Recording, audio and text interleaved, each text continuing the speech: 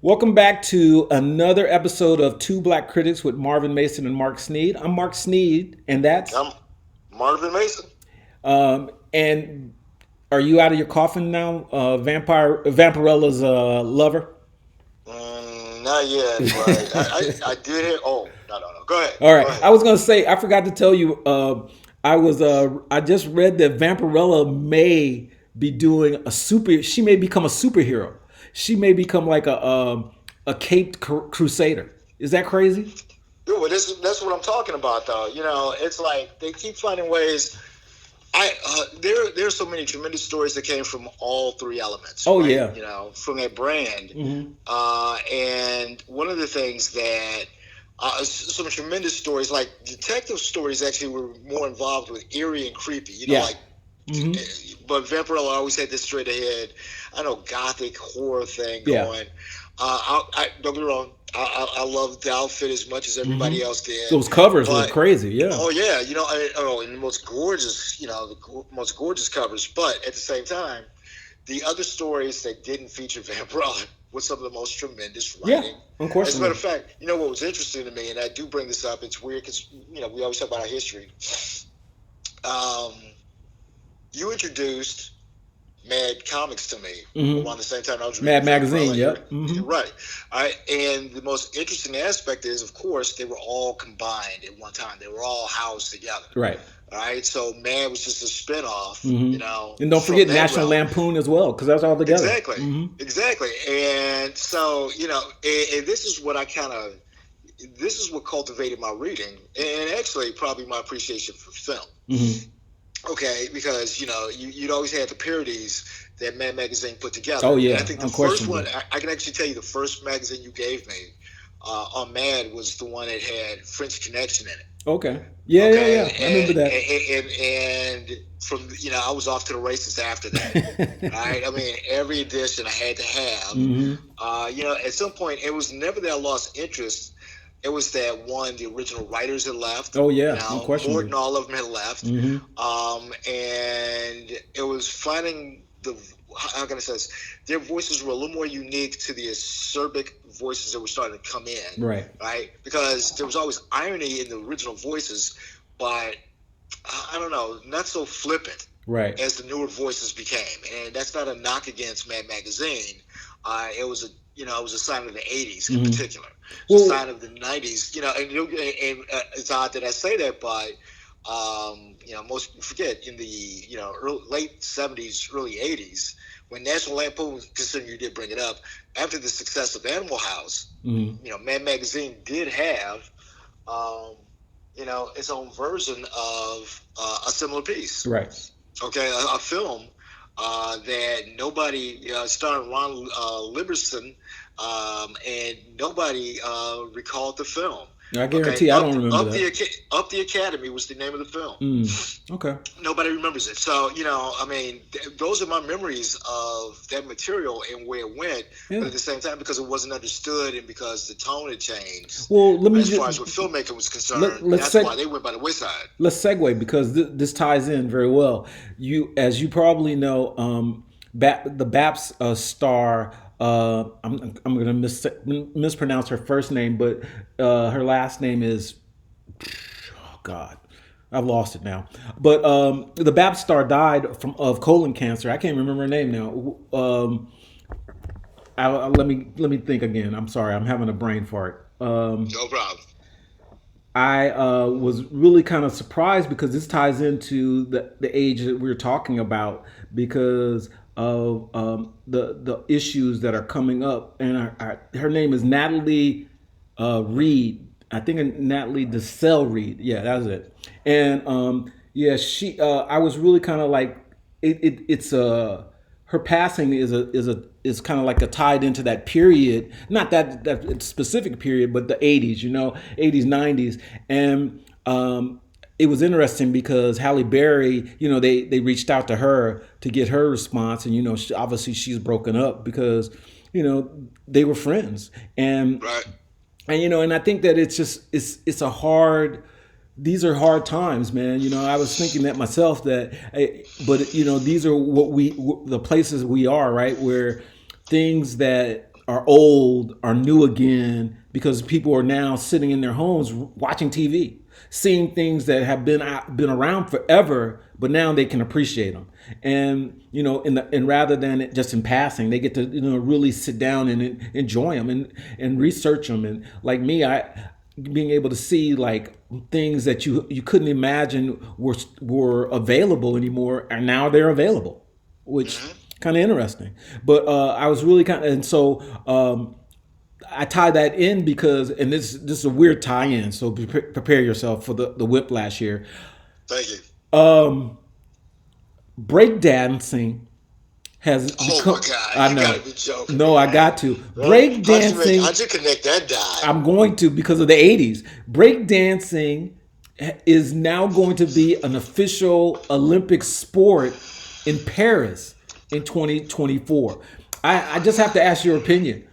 Can There you is none. There is none. can you Seriously. believe? But wait. The reason I'm at there is something because you got to think about it. Who are going to be the judges? Who are going to judge breakdance? Shabadoo. Who? Shabadoo from the original Breakdance movie. Yeah. Okay. He'll probably get full force to do Yeah. some music for it. Yeah. Just Lisa will be what judge. Wow. I mean, I just I have no idea, man. I mean, no, I mean, it's funny because I mean, let's be fair about the culture itself. yeah.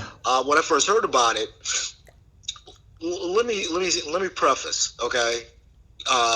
Because I'm gonna knock the fact that they're doing it because I don't see it as I don't see it as a sport, and I think that's the problem I have with it. Right. The It's fact that like ribbon we're gonna dancing, ribbon I, dancing and stuff.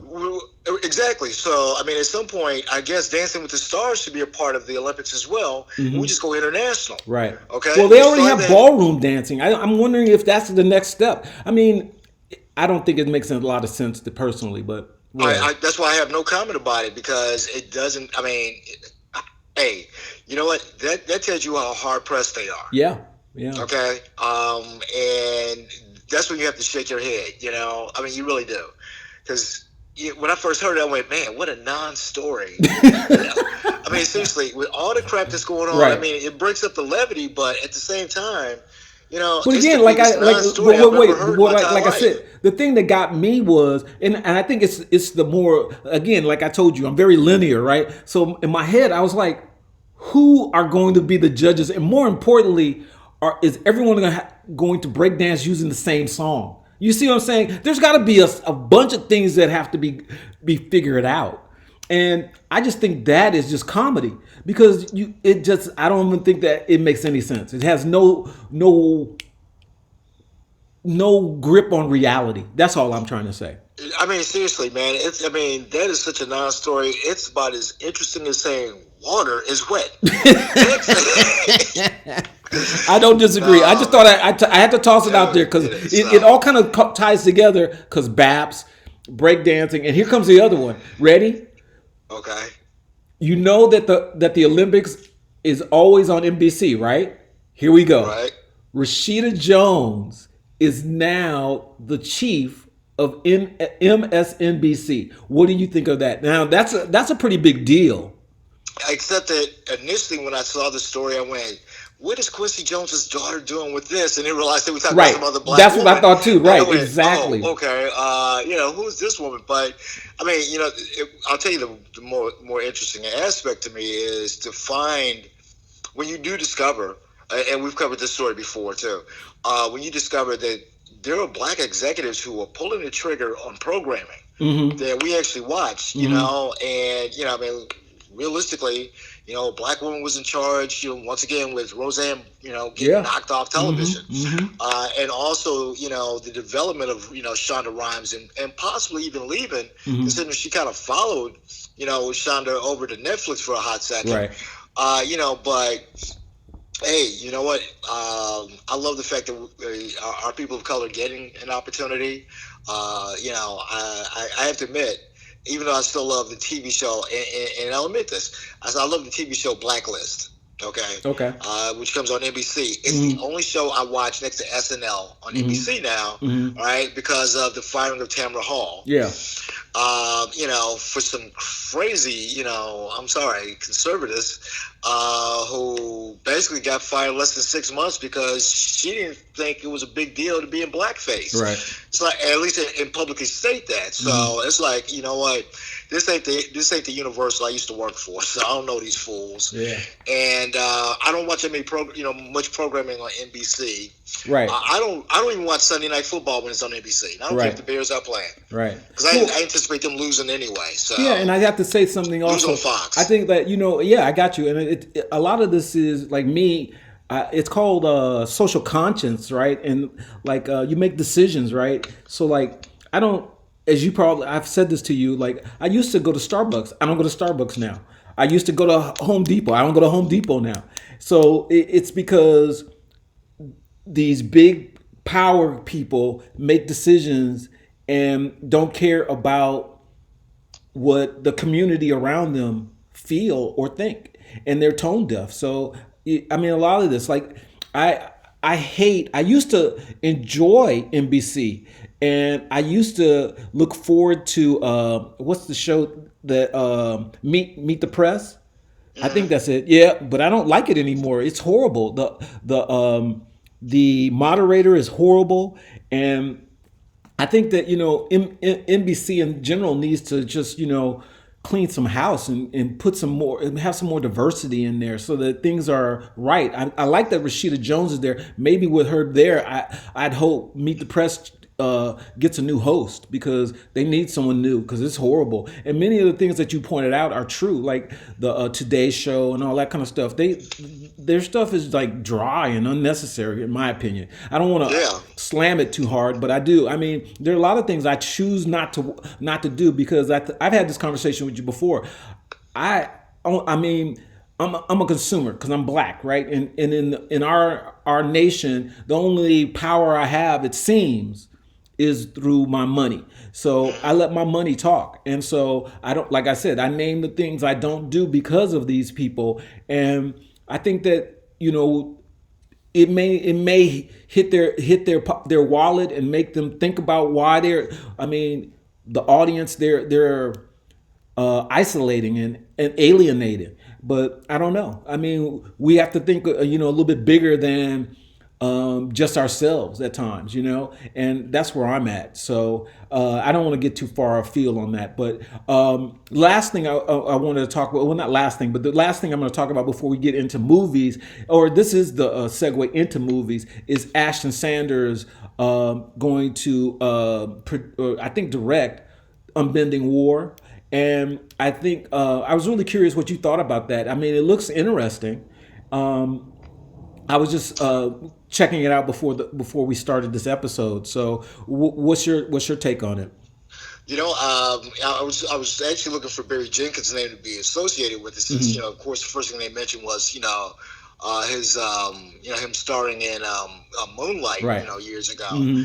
But how can I say, this is us taking ownership, Yeah. right, in the industry. Hmm. Okay, now the unfortunate part that may happen is he'll shop it around for a hot second, Hmm. and be at somebody else's mercy, and hopefully, something else we talk about later on.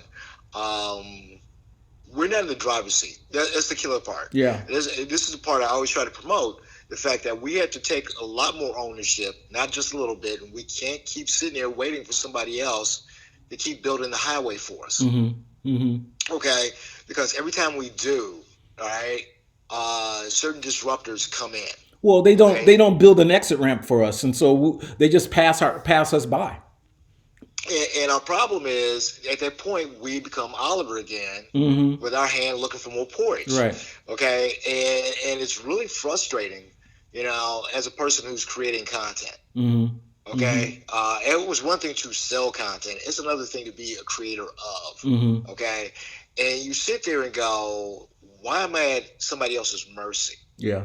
Okay, and I do understand it's about the commerce and the ability to have a way to build an infrastructure, whether it be to my people or to other people who may be curious about my culture, Hmm. or my product, okay, or a product that's similar to mine. But right now that's where we find ourselves. I really applaud this guy, because I didn't realize he was really picking up two projects almost simultaneously, or at least involved in two of them. I really, I look forward to the development of the product, and then the next part, which is the rollout. Okay. And where it finds a home. Mm-hmm. And I'll say this, because oddly enough, it's always at Christmas time, and I don't know why. I mean, I do, but it's really frustrating to me that I do this. So TV One, Bounce TV, of course. See, I can't even include BET in this conversation because it's Viacom based. All right, so it's not a true black network. All right, it's something to appease the blacks. Yeah. Okay, Mm-hmm. but you've got like Robert Townsend, who's a Yep. partner here. Mm-hmm. You've got other owners. Now, Keaton Ivory Wayans was at one time a party here, but I don't know what his real part in this culture is now. Mm-hmm. But we need to develop the outlets for now. We need to expand those. And we need to look at what's the streaming process, because they're creating movies. I mean, at Christmas time, of course, I always watch Bounce TV Mm-hmm. because they have, you can say they're lame little, movies, but they're movies about us. Yeah. Okay. They're movies about our culture, and they also introduce you to new talent. Mm-hmm. Right? That's, that at some point is probably sitting there, killing their agent about, when you're going to get me on a major network, man. Right. It's like, Right. but at the same time, that's the whole thing. We're always at their mercy, making that same comment. And I do believe, either we just don't, we're not looking at the right avenues, or we're not, we're not harvesting at the right colleges. Mm. Okay, I don't need another, I don't need another TV writer.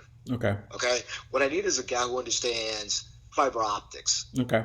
Okay, I need a guy who understands how microchips really work. Mm-hmm. Mm-hmm. Okay, I need a guy who knows how to write code. Okay. Okay, and then I need him to build me an infrastructure, and then I'm going to go to Elon Musk and say, hey, look, dude, when you're shooting past Mars, could you land a satellite out there? There you go. I got you. Mm-hmm. Just you okay? And this is what we are not doing Mm-hmm. as a culture. This is not what we're not asking for. We're always looking for what somebody else is going to program for us, Mm-hmm. and then bitch about what they have on TV. Right.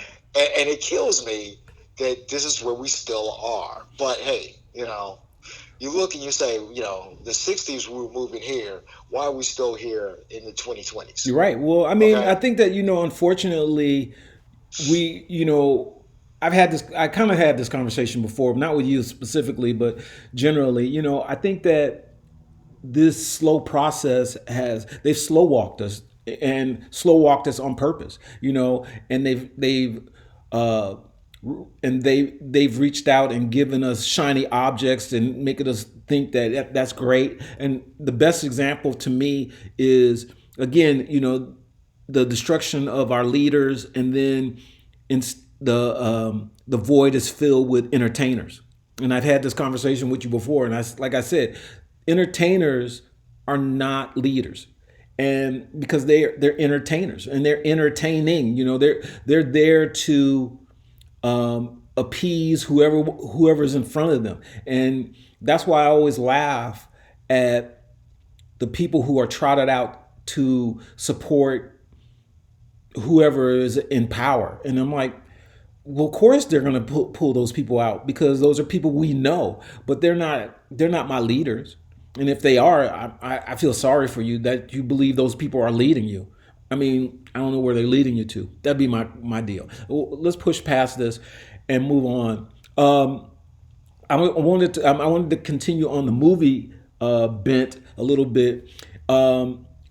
Recently, there was talk, and there is talk now, that Netflix needs to put a disclaimer. This is just really funny to me. I apologize, because it's just so funny that Netflix, the public is asking the Netflix to put a disclaimer on The Crown, because it is not true or accurate history. But it's Netflix. It never suggested that it was a documentary. Never. It's historical fiction, yeah. Right. And it's just, and I think that that just shows the level of ignorance of people, and the kind of gullibility that they believe that they're watching The Crown, and that's like a I don't know, a 1 hour British history, and I'm Well, see, like, no, I guess because when you put somebody from Gillian Anderson from X Files on there, and all of a sudden they go, "Well, wait, what's Scully doing on there?" It's like, is Fox Mulder gonna be coming in? It's like, wow. really get a life, all right? Yeah, but I mean, but it just cracks me up because that's the reality of our situation. And we had this conversation before. I kind of told you that the thing that hurts me the most as a former educator is that the lack of an informed populace. And you know what? When we have that, and you know history, that when you have a uninformed populace, they're the easiest to move along because they will believe anything. And that's not a good thing. That's like a mob mentality. And that we see this. We see this here in the nation right now because we have a lot of people who want to believe things that aren't true. And I think that's just really hard. I mean, it's just a really hard situation. And I I just I don't want to spend too much time on it because I know you're about to talk about the president and talk about all sorts of stuff. But I just wanted to mention that. But I wanted to also bring up something that's really kind of fascinating. One of my favorite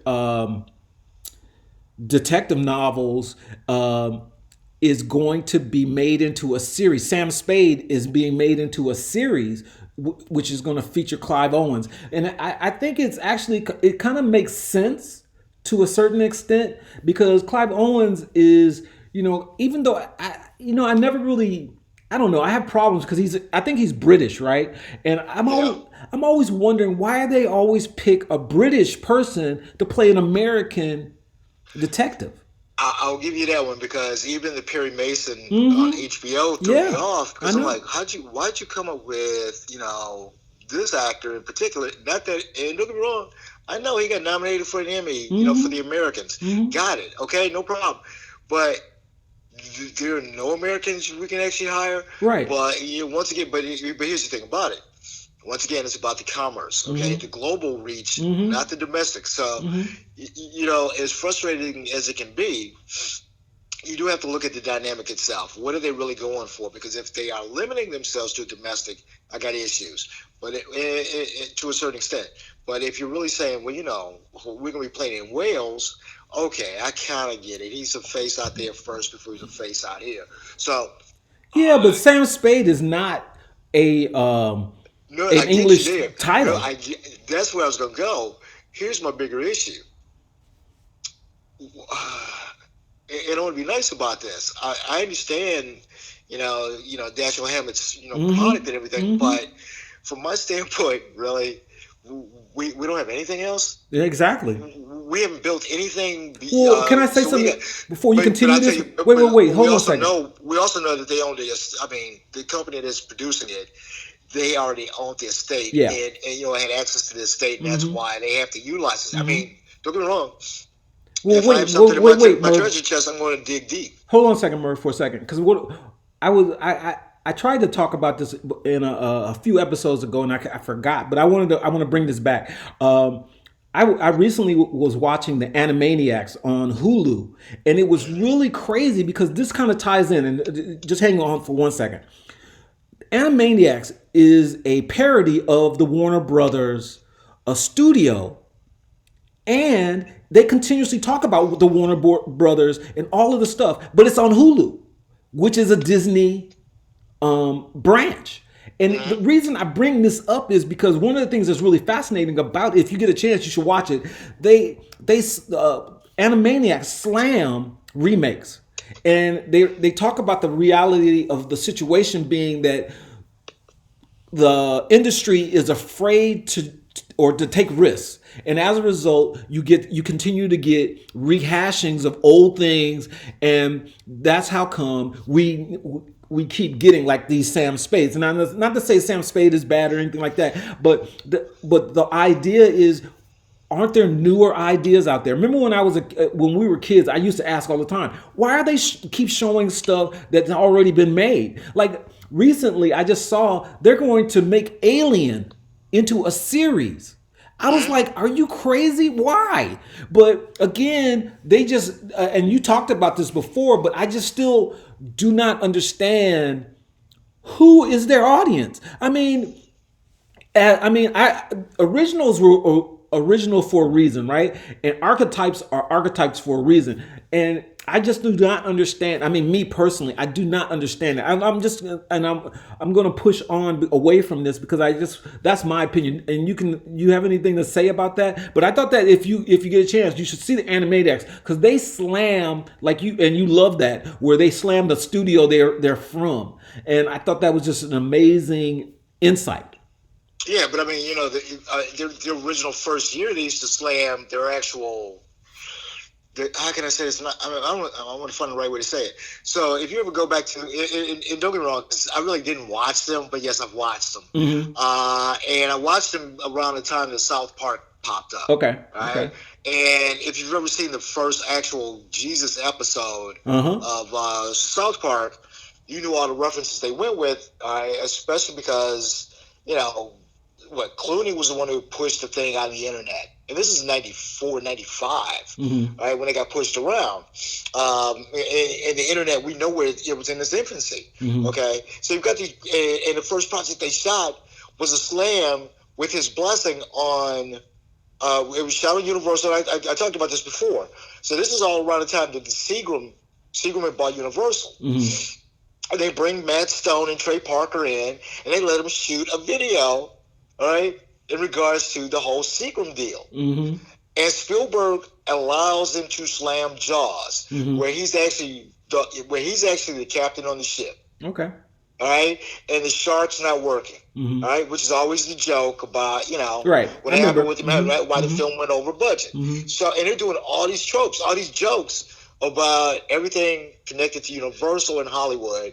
And Animaniacs does jokes on Steven Spielberg, Yep. who's the executive producer, Mm-hmm. and Amblin was producing the show at the time. Mm-hmm. So I see it, and I get the tongue in cheek side of it, which is, and from their standpoint, the real message you're giving is, all right, no one is hands off. Right.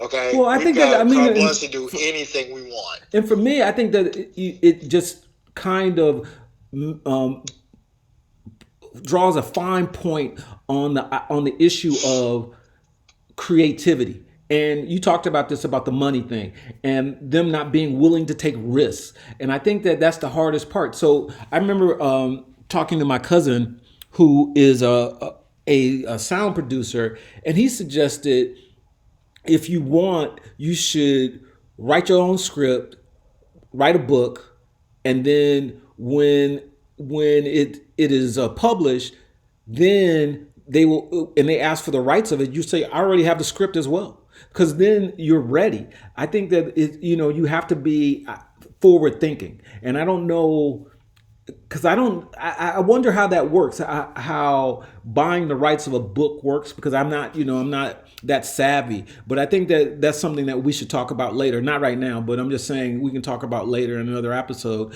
But I just think it's a really interesting point because it seems like Hollywood has come to a kind of loggerhead in terms of understanding what creativity is, and it's sad. I mean, obviously they have some small studios who are doing things, but again, we talked about this, the B studio, the B movies and things like that, but now they're just focusing mostly on blockbusters, and if it's not a blockbuster, don't care. Yeah, but see now that's that. But that terrain's about to change. Mm-hmm. Right, because it's Right? streaming, right? COVID just wiped that whole aspect out. Mm-hmm. Ask Warner Brothers. Mm-hmm. All right, Well, we're coming. We're nobody coming. knows. I'm Whole. just saying, Yeah. nobody knows what that looks like Right. now. All right, so when we say the term blockbuster, Mm-hmm. we're talking about an old video store. Right. I mean, Right. seriously, we do not know what that future looks like now. Right. And a lot of commentary right now is, believe it or not, think about it. For the last 2 years, you've actually been less star driven. Yeah. You really have, Mm-hmm. okay? You've been content driven from the standpoint of it's got to be a superhero movie. Right. Okay? Ensembles. Right. We don't really need the star. Right. But what we need is, the element. Right.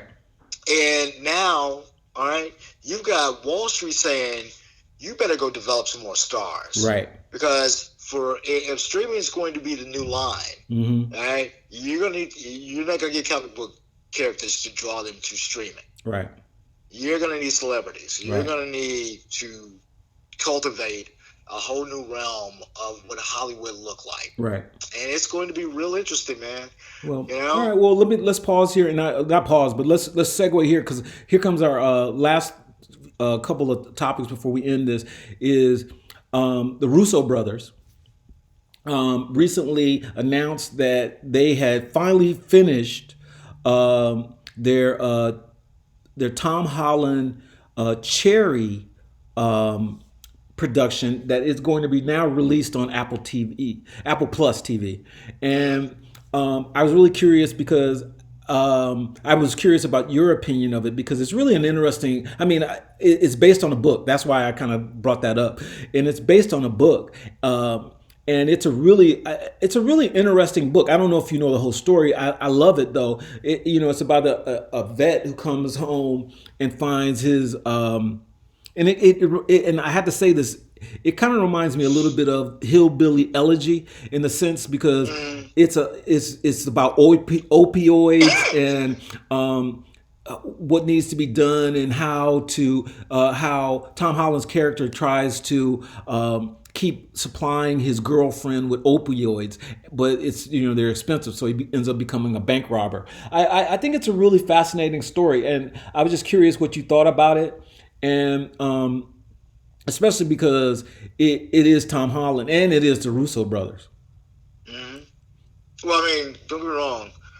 The Tom Holland part really doesn't sell me yet because once again, you're talking in the realm of comics. And I know to a certain extent the Russo brothers too, but when they were introduced, from my standpoint at least, it was Civil War. Mm-hmm. All right, no, my fault. I'm saying Civil War, but it wasn't, was it? It was Winter Soldier. Mm-hmm. So when you're introduced to them, you still don't know who they are, but that's why the film didn't cost as much to make, right? It didn't. I don't think it cost 150. So um, when you're introduced to them, you don't have a clue, but they blew up at the same time that Winter Soldier and Civil War, Right. blew up. Right. Okay, so you have a whole new look at them, all right, and what they can do, and then what was that? Extractor, Mm-hmm. all right, Extraction. Extraction. Extraction, yeah. So now the Russo brothers are named, but for me, don't get me wrong, they ain't Cohen. Okay. Okay, the Okay. name ain't Cohen yet, and at the same time, what does Cohen really mean? All Right. right, depending on who's starring in the project. Right. I All got you. right, and the killer part is if you have George Clooney starring in the Coen Brothers, you got some screwball comedy Yeah. happening. All Mm-hmm. right, but Mm-hmm. then if you get Jeff Bridges, you got a western. Right. Okay, Right. but you know what? I'm looking for Josh Brolin. Okay. I mean, Okay. that's like the craziest thing. So I don't know really at this point, except that from my standpoint, it's going to be over the top action, Yeah. or more to the point. That's probably what I'm hoping for because I'm not guaranteed because they don't have enough of a catalog Right. for me to have a clue to what they really Well, bring and to the I table. want to But point out what I Cherry do know is they isn't bring some great writing. Cherry isn't all about action, but the one that this ties in. They have they're going to do Gray Man, and they believe Mm-hmm. that I to did be see that. Right. their franchise. That's going to be their next franchise, and so that's where they're putting all their eggs. And I think that's what you're talking about. That one may be what you're asking for, where you get a lot more action. I think Cherry is more of it's not an independent, but it gives it's kind of like an independent feel. But and for Apple Plus, it's really a shot in the arm because their content is very you already know very slight. So we're trying. I think that's where we're looking at that. Mm. See, you say that, but here's the thing about it: Apple's spending money. Think Yeah, about it. They're spending close to what? They're spending $200 million on a Martin Scorsese film. yeah. Okay. Oh, my fault. Leonardo DiCaprio's attached to it, so it's got to Mm-hmm. be guaranteed. Mm-hmm. But the point being, Apple's got the money. Oh, of Apple's course. willing to spend the Yeah. money. But right now, the content. And once again, this is so funny to me that in 2008, Apple was going to be, the driver of what the future looks like, Right. and Mm-hmm. Netflix just like took over, Right. and Apple's sitting there still twiddling their thumbs. Right. So now they're picking up. You know what? Seriously, it's like going to a nightclub, all right, and one guy's already picked up the finest women, Mm-mm. and you're picking up the scraps against the wall. Wow. Okay, and that's pretty much what Apple was doing, and they're willing to pay for it, which is really what makes them look desperate. Okay, it's like I will pay you to Wow. go home with me tonight, and that's what they're doing, man. I mean, I'm sorry, Yeah, that's a little uh, rude, but okay. Let me just. but unfortunately, sometimes rude is the truth, All right. and that's what they Well, look like right now. Now, when they finally get on top, I mean, and I mean that from the standpoint of when they get back to the culture and understand, exactly what what they the blinked driving on. forces are? Yeah. Yeah, I mean, they blinked, man. They were so interested in licensing, okay, and they were worried about, we got to get, Tom Petty's, licensing rights. No, you don't. Okay, no, you don't. But that's where they want to go. That's where their bread and butter was, and nobody really paid attention to where they're sitting right now, and Right. they're trying to figure out why they're the third wheel. Right. Well, All right. let me just finish this off. So the last thing I wanted to say was, and I don't know if you saw this. I saw the trailer for this, and it looks really good. I was really surprised.